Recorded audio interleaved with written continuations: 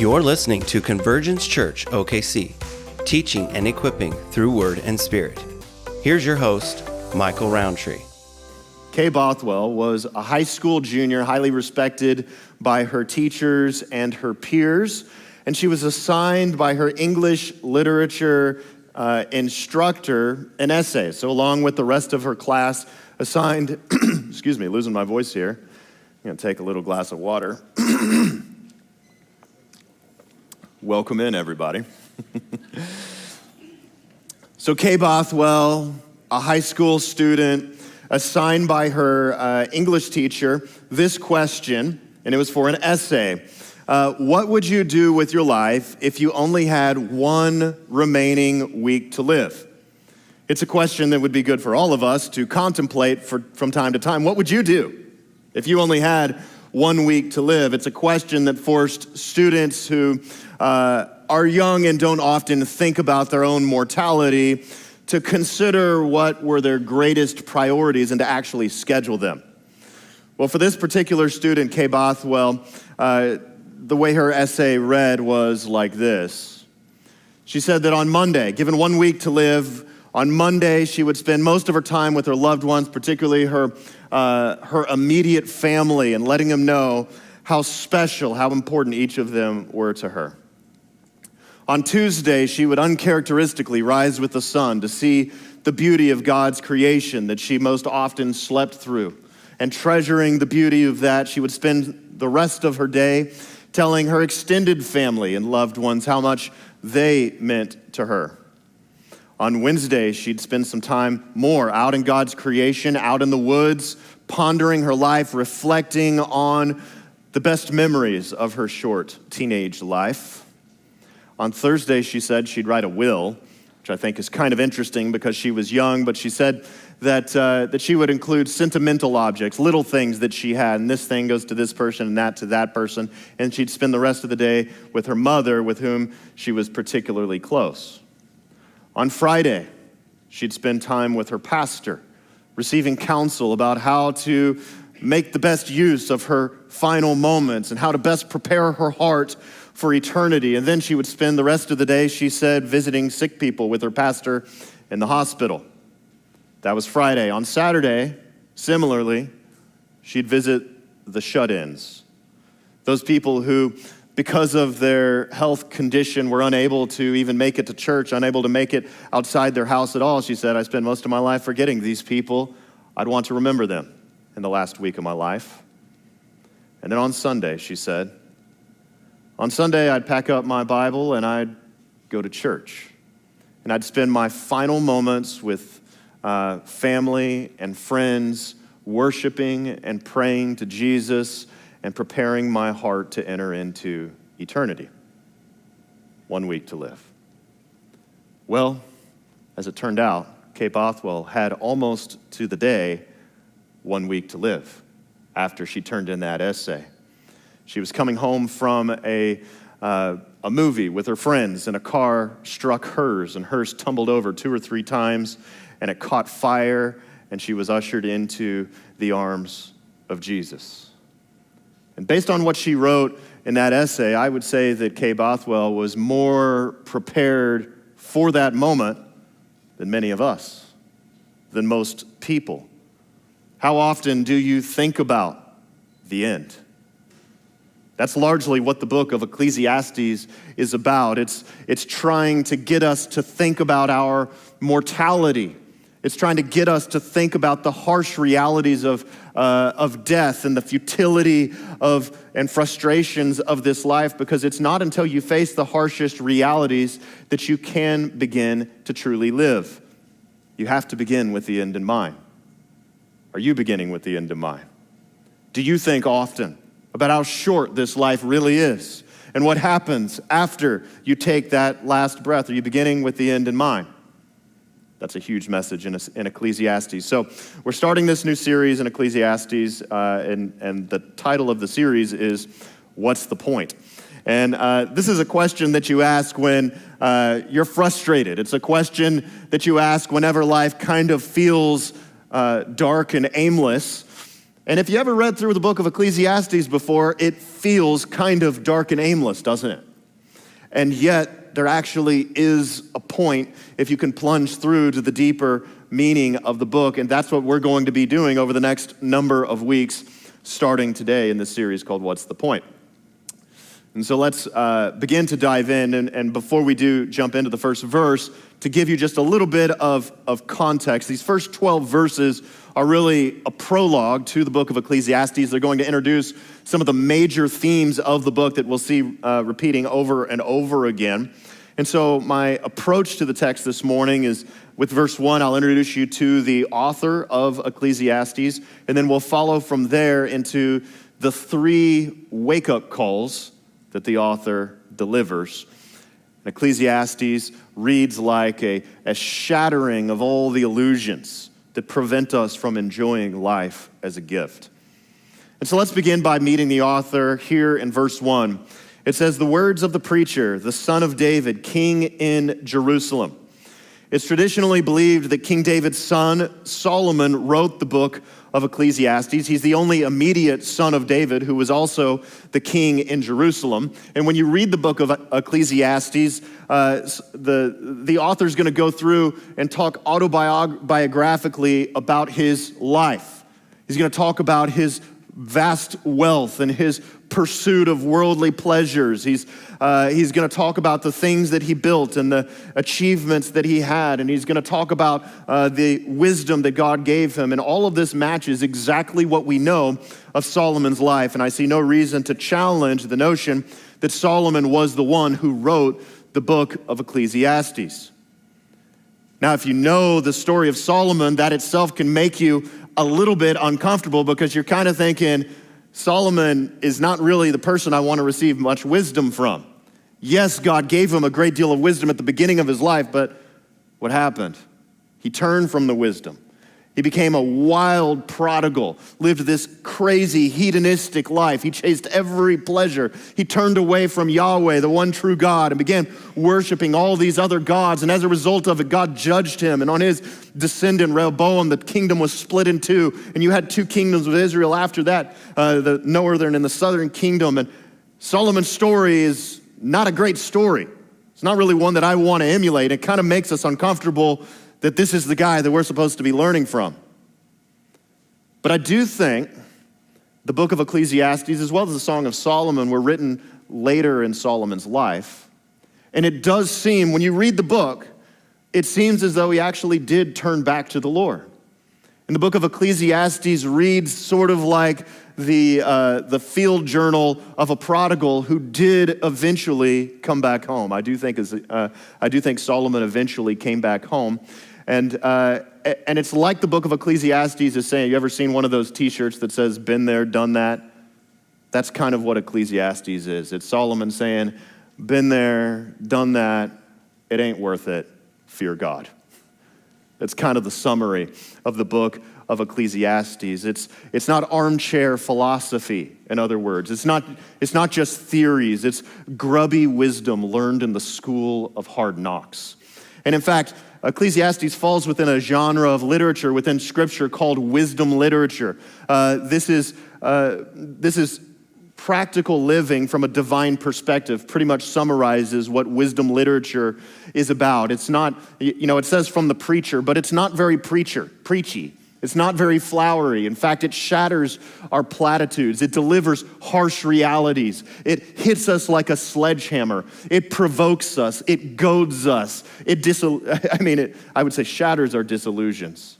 But that's what wisdom literature is meant to do.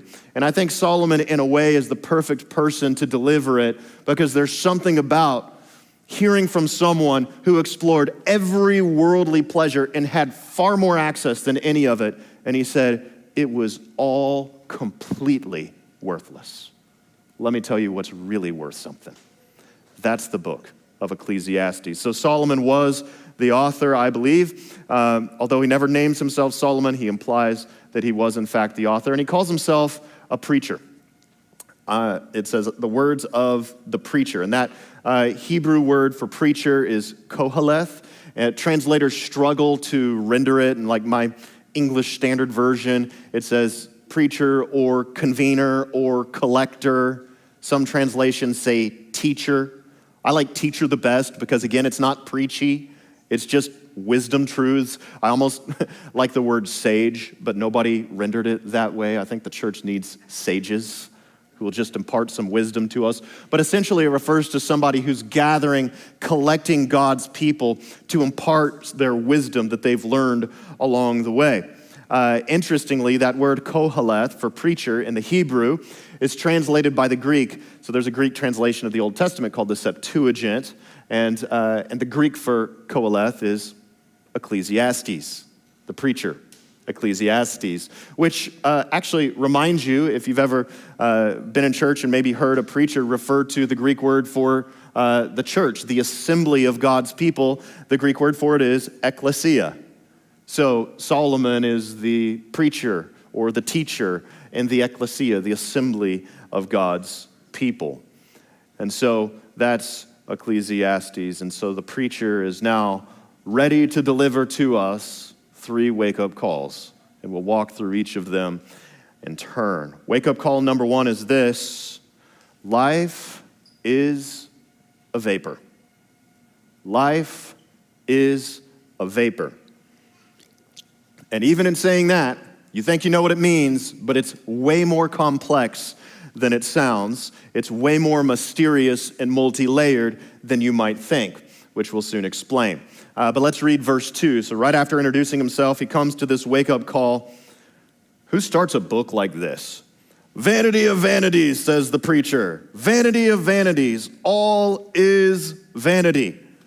Talk about a sledgehammer breaking through the glass casing. It's a wake-up call. It's a sound of alarm. It's people deep into sleep and coming in with a bullhorn and saying, wah, right in their face. It's right here in the very first verse. But vanity, what does that even mean? Who begins a book about wisdom saying everything is vanity? Some translations say meaningless. Hey, here's my wisdom for you. Everything is meaningless. Meaningless, meaningless, meaningless, meaningless. 5 times in a single verse, it's all meaningless, futility, worthless. What? Is that really what he's saying? This is part of the struggle to translate the word, and there's so much debate about it in the scholarly material. But this is the Hebrew word hebel, Hebel in your English, hebel. And it's really a picture worth 1,000 words. What it literally means is vapor or breath. And its meaning really takes a different nuance in different contexts. And so let me just kind of explain that. So the word is used 38 times in the book of Ecclesiastes. So this is part of Solomon introducing his theme. But just like a picture is worth 1,000 words, it takes just like a different shade of meaning in its various contexts. So let me explain. So let's take Ecclesiastes 6:12, for instance. For who knows what is good for man while he lives, the few days of his vain, hebel, life, which he passes like a shadow. For who can tell a man what will come after him under the sun? So this is a verse that explains that life is brief, like a vapor, like a mist. You're out on a cold day and you breathe out, whew, and then it's gone. He's saying life is like that. It's brief. So that's one meaning of the word. But then Ecclesiastes 2:11 says, then I considered that all that my hands had done. So he's talking about his great achievements and the toil I had expended in doing it. And behold, all was vanity, hebel, and a striving after the wind. And there was nothing to be gained under the sun. In other words, it's not just brief, but it's actually elusive, that sense of achievement. It's like a reaching out and grabbing wind. It's like you see a vapor and you're reaching for it and it's gone just like that. The pleasures of this world, the achievements and the milestones that you're running after, they're hebel. They're elusive, they're fleeting. They're gone before you know it. So it's not just our life that is elusive, it's the things that we're chasing in life. And next, on a related note, Ecclesiastes 5:10, Solomon says this. He says, he who loves money will not be satisfied with money, nor he who loves wealth with his income. This also is vanity, hebel. It's insubstantial. Even if you were to grasp it, just as some people do grow wealthy, like Solomon did, even if you were to grasp it, you take a vapor and you try to put it in your pocket, good luck with that. It's insubstantial. It's like trying to grab water. It just runs through your hand. And so it's brief, it's elusive, it's insubstantial. But then there's another nuance in Ecclesiastes 8:14. He says this, there is a vanity, a hebel, that takes place on earth. And there are righteous people to whom it happens according to the deeds of the wicked. And there are wicked people to whom it happens according to the deeds of the righteous. I said that this also is vanity or hebel. Now, we've all seen this before, and it's one of the big questions we're asked. Why do bad things happen to good people? And good things happen to bad people? Solomon acknowledges it. The Bible doesn't hide from the harsh and brutal realities of life. You can love God with all of your heart and have the worst things happen to you, or you can love the devil with all of your heart and have great things happen to you. Solomon says this is hebel. And so, in other words, the nuance that it takes is that like a vapor, like a cloud, like a mist, this is mysterious. Why would an all-wise God run the world this way? Why wouldn't he just overtly bless all the righteous and overtly curse all the wicked? And why does he invert, like this doesn't even make sense, God? And if you're walking with God, or even if you're not, life will be utterly perplexing for you at times. They say hindsight is 20/20. I think that's a lie. At best, it's 20/80, and probably not even that. Sometimes I look back at my life and I still don't get it. It's hebel. So it's mysterious, and last of all, it's frustrating. Ecclesiastes 2:17, I love the brutal honesty. So I hated life, because what is done under the sun was grievous to me. For all is vanity and hebel. It's striving after the wind. This is Solomon's picture of life as a vapor. It takes all these various nuances. It's brief, its pursuits are elusive, it's insubstantial. You can't put any achievement in your pocket. You don't ever finally arrive in this life. It's mysterious, the way God arranges things. It's utterly vexing and frustrating, even grievous. And you have to be honest about these things. Ecclesiastes is not a book where we can just sit around and pretend everything is awesome and it's so great and yeah. It's actually not. Life is brutal. And it's brutal for all of us. And some of us are looking at the person around the corner or that neighbor over there or that relative, and we're saying, oh, life for them is great and awesome. They've arrived. False. Life is a vapor for all of us. For all of us. Nobody escapes this reality. This is Solomon, who had it all. Every woman at his disposal, 1,000. So we won't go into that. Wives and concubines, pleasures, wealth beyond your wildest dreams at his fingertips. Everything anyone could ever want, and it was all hebel. You're envying your neighbor for nothing. They're living the same nasty, brutal life that you are. Life is a vapor. That's the message. And it's not until we face life's harsh and brutal realities that we can truly begin to live and experience life as a gift from God. In fact, it's life's brevity that's part of what makes it so precious to us. It's so precious. Take a breath. It's precious. You only have a few more. Your whole life is that, actually.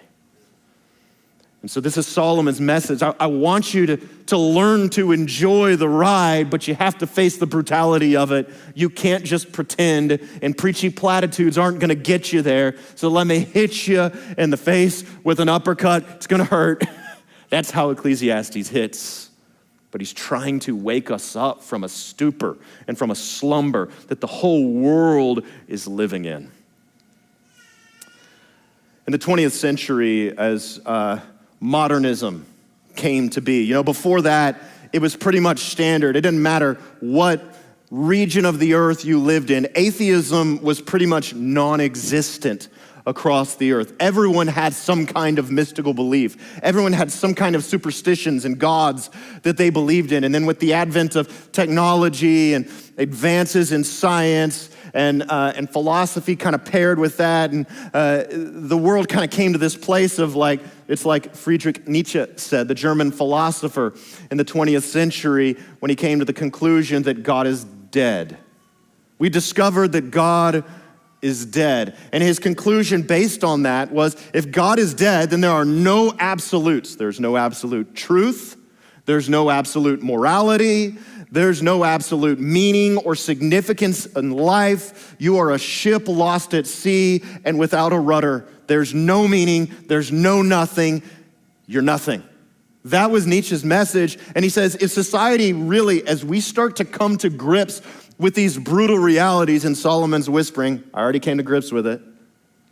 But as society comes to grips with these brutal realities that life is nasty and brutish in all of these ways, it's going to start to lose all sense of any meaning or significance, and it'll drive us all mad. Well, ironically, Nietzsche, at age 44, went mad. He literally was declared insane and spent the last 11 years of his life being cared for by his mother. Now, fast forward a little bit, 1991, but still 20th century, at the American Academy of Arts and Science Conference, another atheistic philosopher, Dr. L.D. Roux, he spoke on the epic of evolution and how it gives us a crisis of meaning. Because if we really are just accidents of time and chance and long historical developments, and if that's really all that we are, then same conclusion, there are no absolutes, no absolute truth, no absolute morality, no absolute meaning to life. And so Dr. Roux said, if we're going to actually internalize these realities and simultaneously avoid what he calls the madman option, in other words, avoid going insane like Nietzsche did. If we're going to accept these harsh realities and avoid the madman option, he says, we're going to have to learn to tell ourselves the noble lie. And the noble lie is that even though you know there are no absolutes, even though you know there is no meaning to life, even though you know it's all relative and we're all a bunch of accidents of time and chance, even though you know all of these realities, pretend they're not reality. Pretend and tell yourself there really is a meaning to life and apply yourself to that meaning. That's the only way to have some sense of direction and meaning and significance in your life. And I just want to shout to these people like, hey, what if your atheistic philosophy doesn't work because it's wrong? And what if the reason that absolute truth works so well is that it's right? One of the great arguments for God is that it works so well to believe in God. If somebody applies all of biblical morality to their lives, it's going to be better than if they take the madman option, I can assure you of that. There's something about truth that it really should work. If it's true, it should work. And Christianity does. And here I kind of bring this all back to Solomon and contrasting Dr. L.D. Roux and his noble lie with King Solomon. Both of them start out in the same place, essentially saying life is a vapor, but from there they diverge. Roux says, give people a comforting illusion. And Solomon says, shatter it. Shatter the illusions. It's by facing these harsh and brutal realities that we can actually begin to live. This is wisdom literature at its finest, about facing the brutal facts of life, but from a divine perspective, which is something that Nietzsche and Roux lacked. When you have a divine perspective, and as we read the book of Ecclesiastes, we'll see this, it actually, once the illusions are shattered, it actually gives us hope. You're like, can we just fast forward to the hope part? But that's actually the point of this. Solomon's not going to really dive into hope in his opening prologue because he can't begin to give you the cure until he's told you the diagnosis. He's got to wake you up. And so wake up call number one is life is a vapor. Wake up call number two, comforting, there is no escape. There is no escape. That's the message of verses 4 through 10 especially. They begin with a core question that's going to be core to the whole book of Ecclesiastes, and then Solomon's going to begin exploring an answer to that question by highlighting two important cycles in the verses that follow. So let's start with the core question in verse 3. As we're exploring wake-up call number 2, there is no escape. So verse 3, this core question, Solomon, after declaring everything Hebel, what does man gain by all the toil at which he toils under the sun? Paraphrase, what's the point? If it's all vanity of vanities, all is vanity, what's the point really? When he says gain, what he's really getting after is what lasting profit is there? If we're really just a vapor, here one moment and gone the next, if that's really all there is, what difference does it really make? Anything that we do in this incredibly short life, what really makes us any difference than any of the animals? And he'll ask that hard question later. We're here for a moment, gone the next. What lasting gain can we really even produce? That next phrase, under the sun, is an important one. It repeats 29 times in the book of Ecclesiastes, and it leads to a lot of misinterpretation. A lot of people will look at the book of Ecclesiastes, and it's like they don't want to receive the harshness of these wake-up calls, and they say, oh, under the sun, that just means Solomon is taking a materialistic view of the world, and he's trying to show us what life is like for non-Christians under the sun. But for us, we're not just under the sun, we're under God, and so it's different for us. But guys, the book of Ecclesiastes wasn't just written to non-Christians. It's written to everyone who lives under the sun. It's not just looking at it from a materialistic worldview like these atheistic philosophers. The word God is mentioned 40 times in the book of Ecclesiastes. And 3 times, so even though the vast majority, he says under the sun, under the sun, under the sun, 3 of those times he'll say under heaven. And this is Solomon's, it's a parallel, an equivalent phrase for Solomon, but it's really Solomon kind of winking at us and saying, yeah, I'm primarily focusing on the grubby, on the ground reality of life, but I am delivering it as heaven's wisdom to you. And so this really is wisdom for all of us. For all of us, life is a vapor. This earthly life is a vapor. For all of us, this earthly life, there is no escape from the mysterious and frustrating and brief and elusive realities of this life. It's short for all of us. It's perplexing for all of us. None of us can escape it. The last word I want to focus on in verse 3 in this core question is he repeats the word toil twice. What does a man gain by all the toil at which he toils under the sun? When you read this verse, you can't help but think of the curse of Genesis chapter 3, when the first 2 humans sin in the Garden of Eden. God creates everything perfect and wonderful and eternal and everything that's opposite of all these frustrations that he's talking about. He puts them in paradise. But the first 2 humans sin against God, and the curse of sin is spelled out in Genesis 3, 17 to 19. And it's in the background of Ecclesiastes. It says this, that God speaking to our first parents. Cursed is the ground because of you. In pain you shall eat of it all the days of your life. Thorns and thistles it shall bring forth for you, and you shall eat the plants of the field. By the sweat of your face you shall eat bread till you return to the ground. Ever since sin entered the world, work became a 4-letter word. God created us to work. Before sin entered the world, we worked. But after sin entered the world, work became toil. It became mired with thorns and thistles. Think legal red tape. Think workplace conflicts and frustrations and deadlines and all the things that are about to drive you mad. This is the curse on the ground.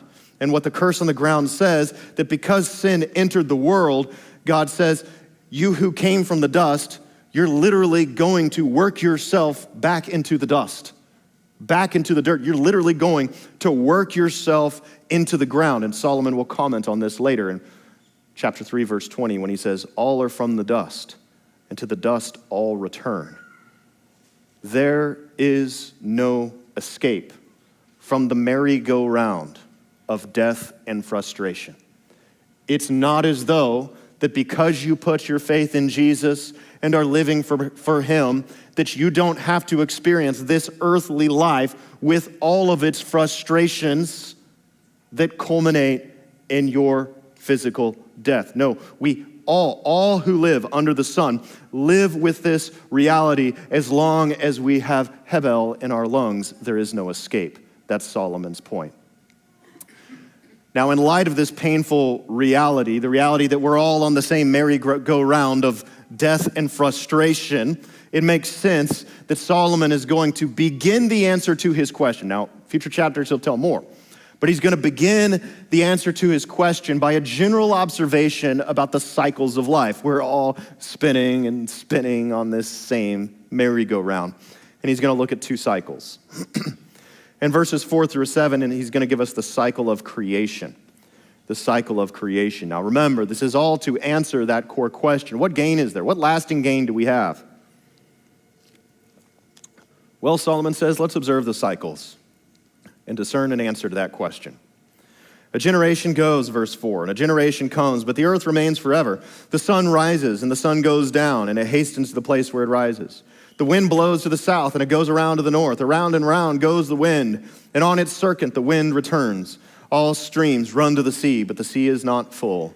To the place where the streams flow, there they flow again.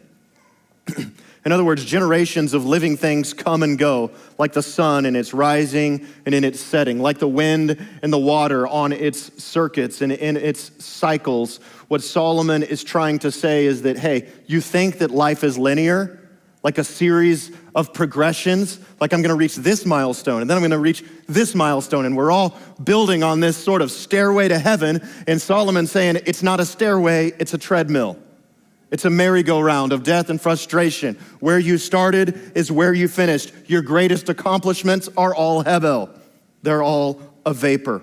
They're a striving after the wind. Life is not linear as you think. Solomon says, wake up. Creation is locked in the same cycle, and every human on the dust-to-dust cycle.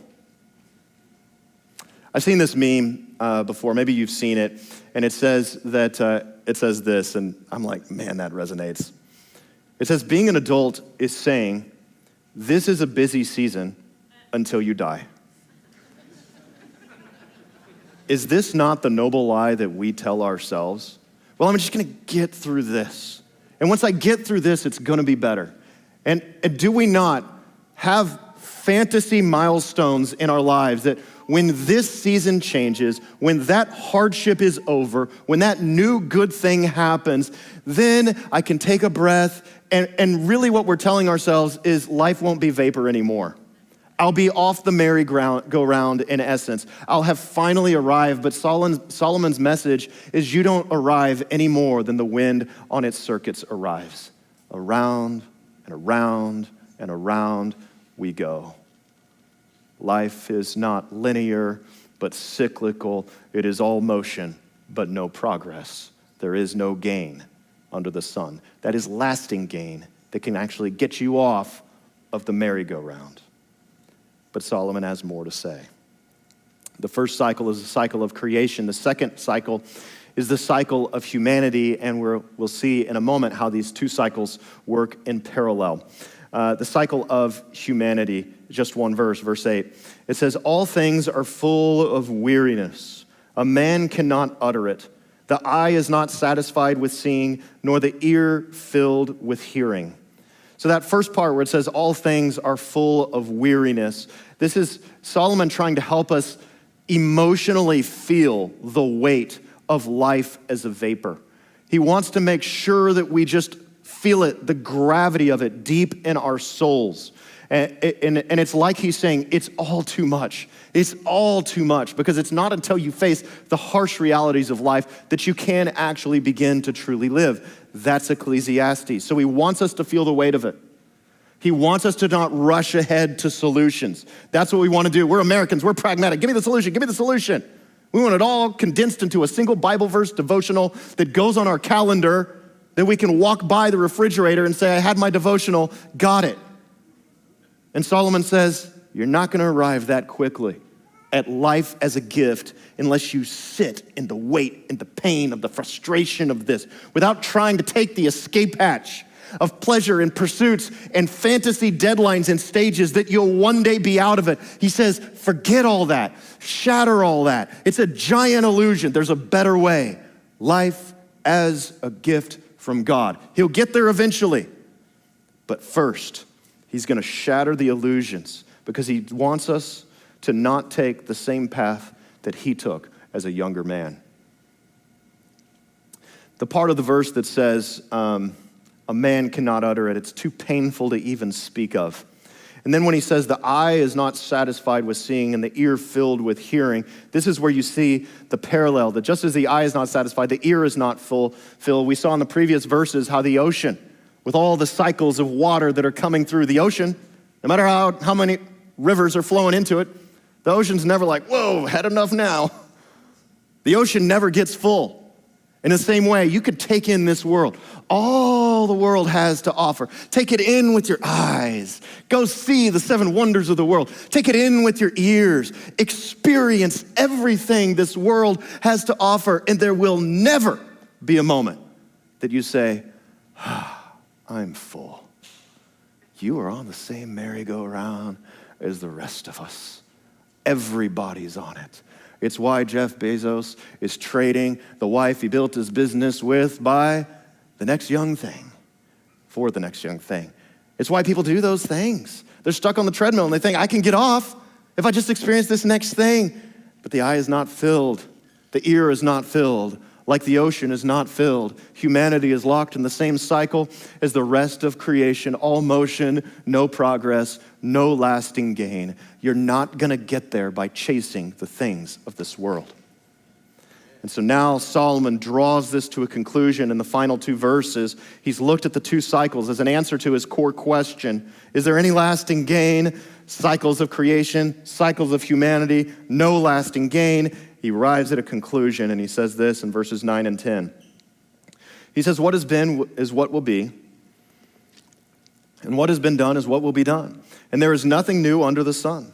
Is there anything of which it is said, see, this is new? It has already been in the ages before us.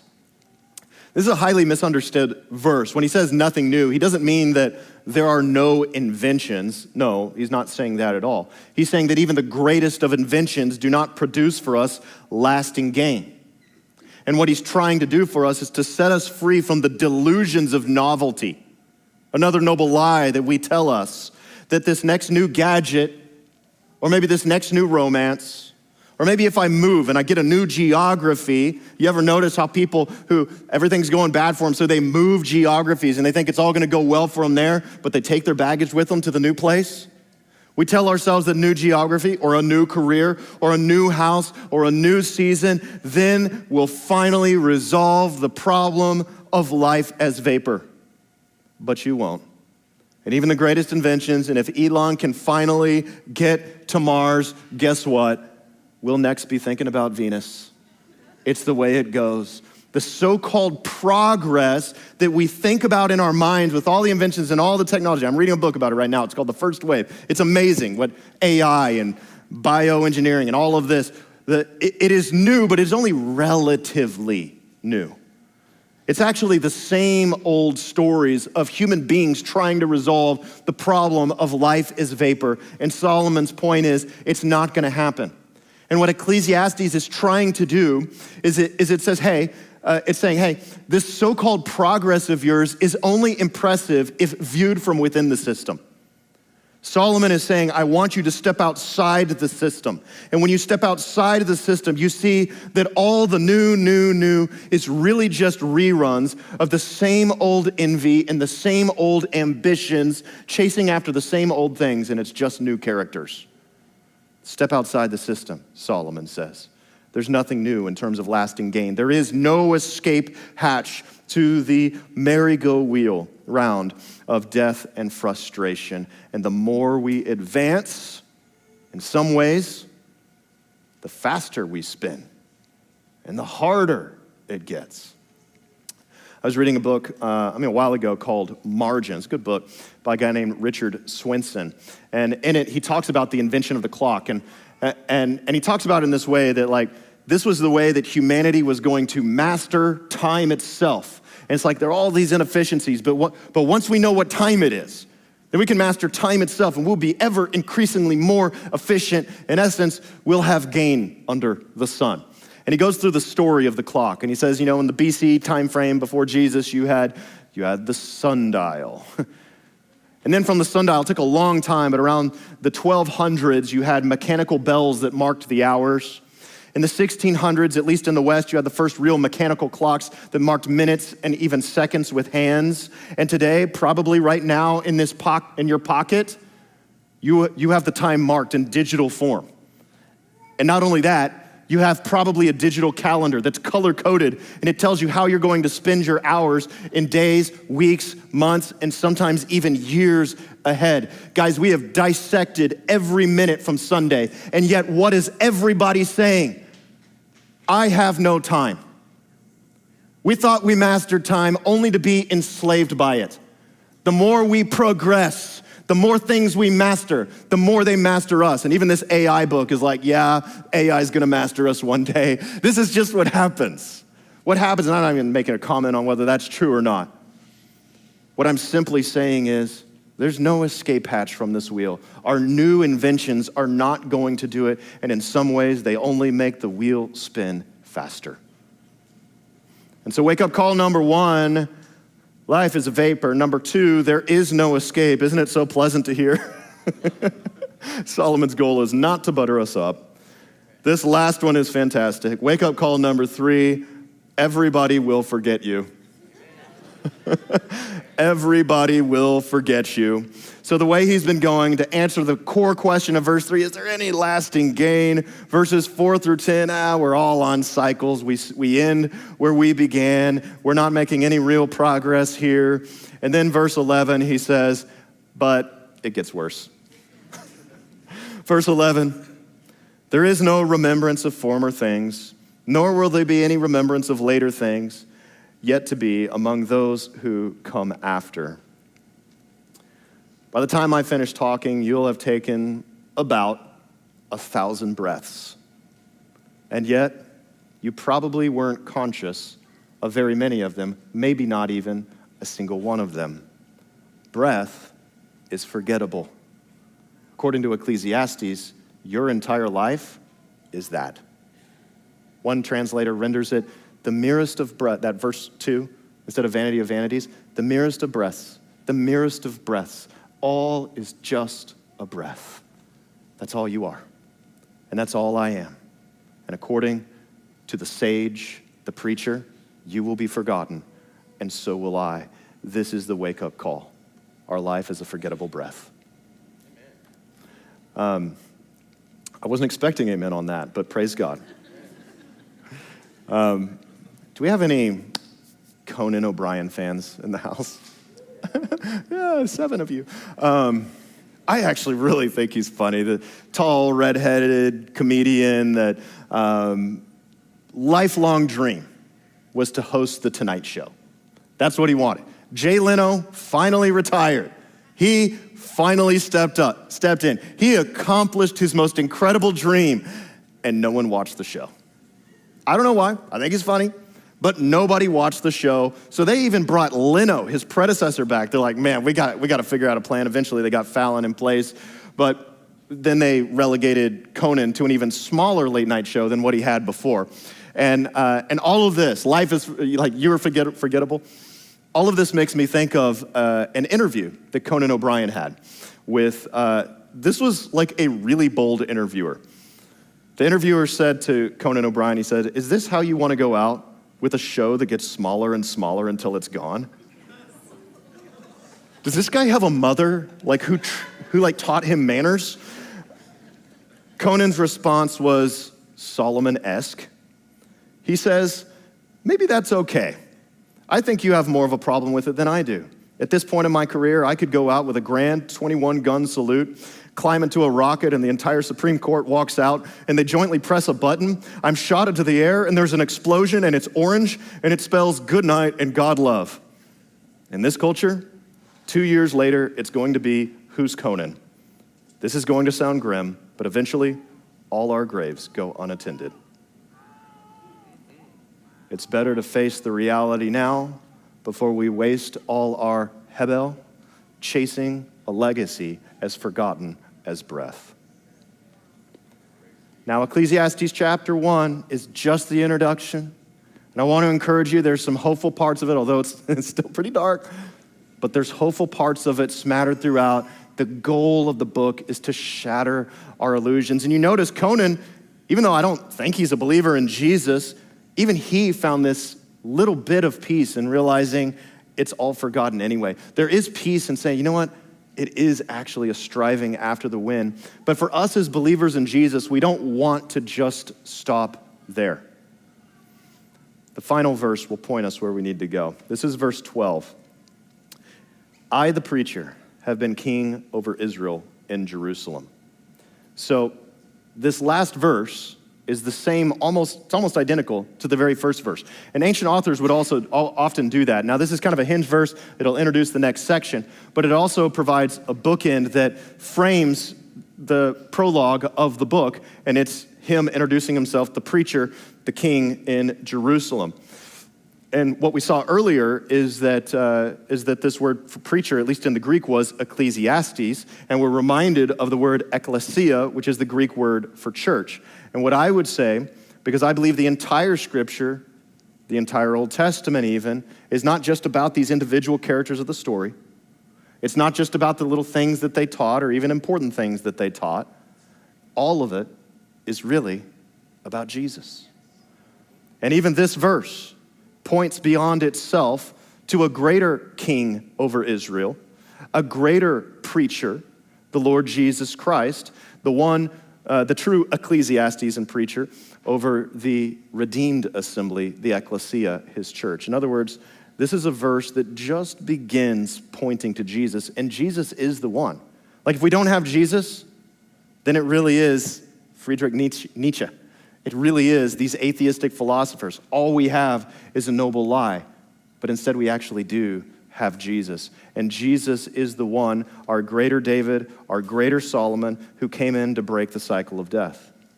And the way he did it is he lived, unlike Solomon, the prodigal, he lived a perfect life, the life we all failed to live. You're Solomon and I'm Solomon. We all chased after the pleasures of this world. We all chased after sin, but Jesus loved us anyway.